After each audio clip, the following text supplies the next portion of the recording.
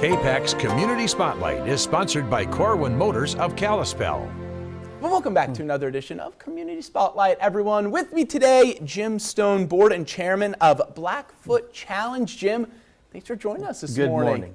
Good morning. Thank you for having us. For sure. Thanks for coming in. We got a lot to get into here. But Jim, I want to talk to you about your organization, Blackfoot Challenge. Could you kind of tell me a little bit about what it is and what it is you all do?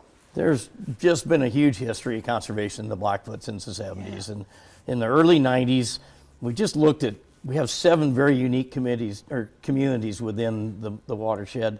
And we really wanted to hear from those folks about what were their priorities. Yeah. What were things that really sort of kept them up at night and worrying about things. And so we sort of came up with, it's sort of a rural way of life, water quality, some invasive weeds, those kind of things sort of set the course for how we started with the challenge. And in the end, sort of the mission of the challenge is really to conserve the natural resources and rural way of life for not only our generation, but for future generations. I love it, Jim. So you have community-based programs. You were talking about how this is really based on community as well. So could you tell me a little bit about, about the programs and kind of what happened?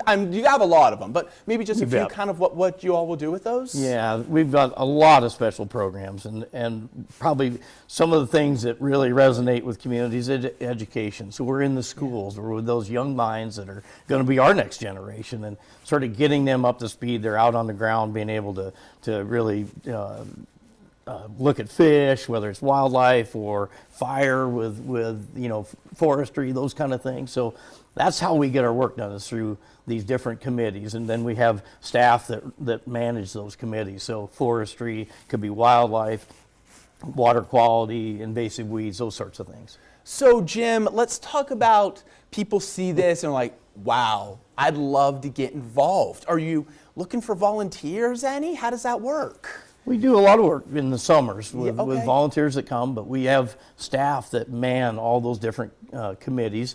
We have board members that are very much involved day to day with the organization. So it's something, reaching out to the website, reaching out to some of our staff to find those needs. So we always are sort of hiring somebody for water, some for recreation. We're starting a new program, or have a new program up for really thinking about long-term recreation impacts on the Blackfoot River itself. So there's always opportunity, and you can find those things on our website. Perfect. One other one here for you, Jim, before you get you out of here.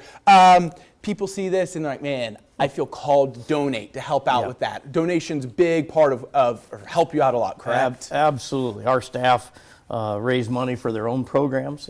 We have an executive director in Seth Wilson that raised money all over the country, but the real satisfying part, I think, of the challenge is it's really funded from within the valley. So we have lots of folks that live and recreate in the Blackfoot that really participate in that. And that's the only way we would survive. So, it doesn't matter whether it's $5 or more. It's something that really makes this organization tick. All right. Well, there you have it, everyone. If you're feeling called to get involved, to donate, more information on Blackfoot Challenge, you can see the website, email, numbers. They've all been on your screen there. Jim, I really appreciate you coming in. Have a great day. Thank you very much for the time. For sure.